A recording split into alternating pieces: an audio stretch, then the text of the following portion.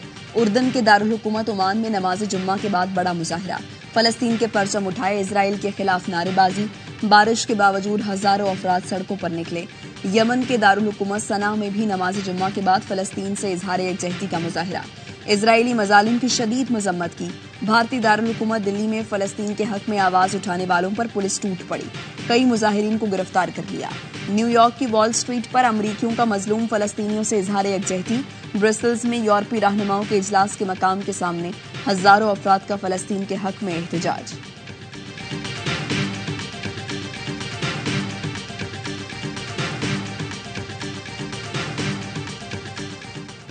पीराने पीर हजरत शेख अब्दुल कादिर जिलानी रहमतुल्लाह अलैह का उर्स। दरगाह आलिया गोल्डरा शरीफ में बड़ी 11वीं शरीफ की मुनासबत से होने वाली 3 रोज़ा उर्स की तकरीबात खत्म। उलमाए कराम ने हजरत शेख अब्दुल कादिर जिलानी की सीरत और तालीमात पर रोशनी डाली। उर्स के मौके पर महफिल समा का इनेकाद किया गया। उम्मत मुस्लिमा के लिए खुसूसी दुआ और शुरका में लंगर तकसीम किया गया।